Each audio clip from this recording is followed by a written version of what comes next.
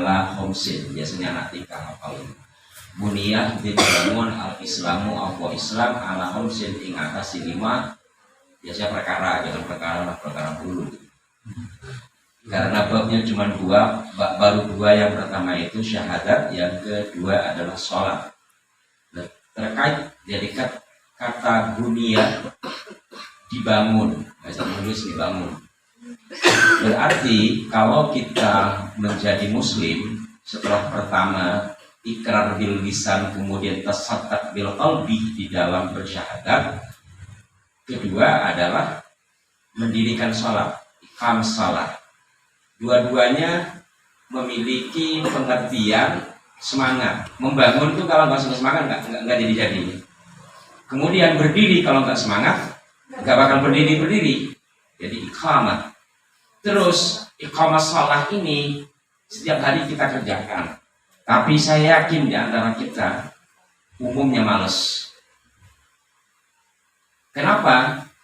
Karena tadi sudah disampaikan oleh beliaunya ini bahwa satu di antara ibadah badaniyah itu salat.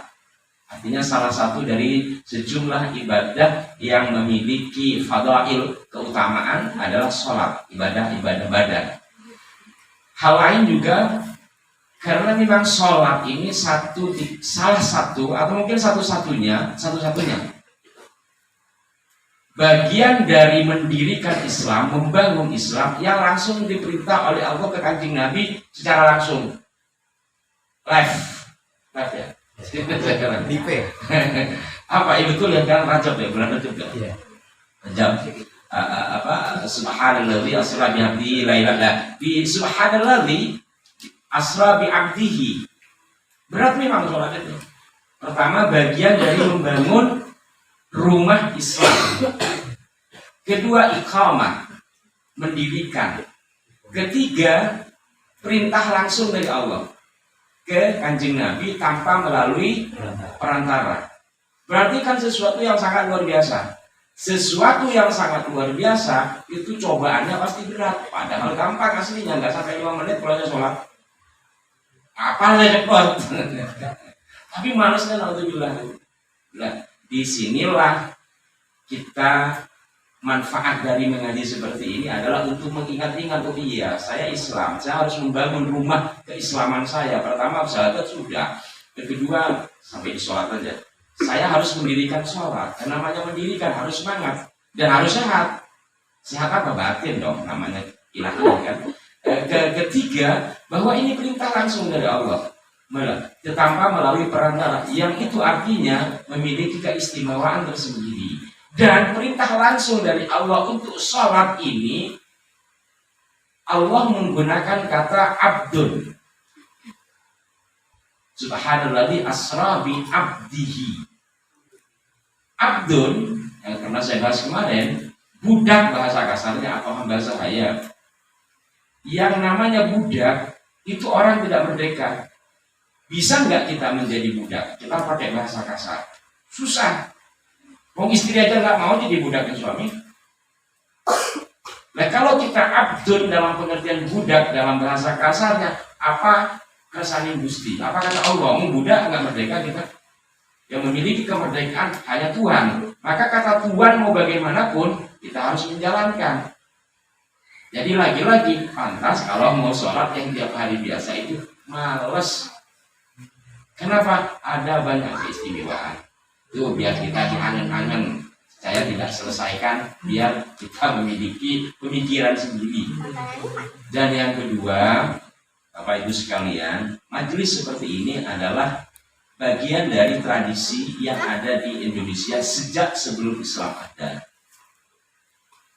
Tradisi seperti ini menguatkan satu komunitas atau satu bangsa. Maka seringkali pengajian-pengajian seperti ini dibelokkan berisi yang lain-lain. Pertama, kalau secara santri kita mencari barokahnya ilmu. Ilmu itu ada barokahnya. Buktinya mana ada barokahnya? Orang ilmunya sedikit tapi nafi, manfaat dikerjakan. Entah oleh dirinya atau kita bisa ngajak keluarga. Kalau saya jauh-jauh ke banyak orang, ke RT gitu, tetangga aja kalau sekeluarga juga alhamdulillah. Tapi kalau tidak dapat barokahnya ilmu, biasanya lagi-lagi kembali kepada tadi, malas, cuma tahu. Kalau bicara ilmu kurang apa sekarang? Buka handphone aja isinya pengajian, ya, pengajian yang YouTube kemudian, kedua masih posting-posting, ya kan? Status saja Ustaz Muhlis isinya pengajian. Tapi barokahnya ada enggak? Kalau tidak ada, tidak membekas, tidak ada asar di hati, sehingga kita tidak melaksanakan. Andai pun melaksanakan, hanya bagian dari rutinitas, tidak tersentak, tidak nancep di hati. Maka majelis seperti ini bagian dari mencari-cari atau berusaha mendapatkan barokah ilmu. Ya, dalam konteks nasional kebangsaan, cara-cara seperti ini menjadi salah satu bagian penguat komunitas ataupun kebangsaan. Kenapa? Karena setidaknya kita tidak minggu ilmu. Tanpa ada undangan, tanpa ada surat resmi, karena merasa wajib untuk datang, maka kita datang. Ini pengajian kayak gini ini pernah diteliti oleh sarjana Amerika. Iya, nggak tanggung-tanggung. Nah ya apa? Gimana sih orang Indonesia itu kok susah banget dipecah? Kita tuh jadi incaran, Pak. Ternyata kekuatannya tuh di kampung-kampung nggak gini tahlilan. Setelah dipikir-pikir juga iya ya. Ada orang itu mau bersatu ketika ada kematian, ketika ada kebahagiaan. Lalu ada juga mau bersatu, mau bertemu karena merasa wajib untuk datang pengajian. Kalau di kampung namanya yang istimewa. Bagaimana kita menyerang orang mereka kayak gini? Ada informasi tentang sesuatu yang tidak baik untuk bangsa kita, karena kita berkumpul mudah untuk disampaikan. Penyampaiannya tidak mungkin hoak, karena apa? Karena kita langsung.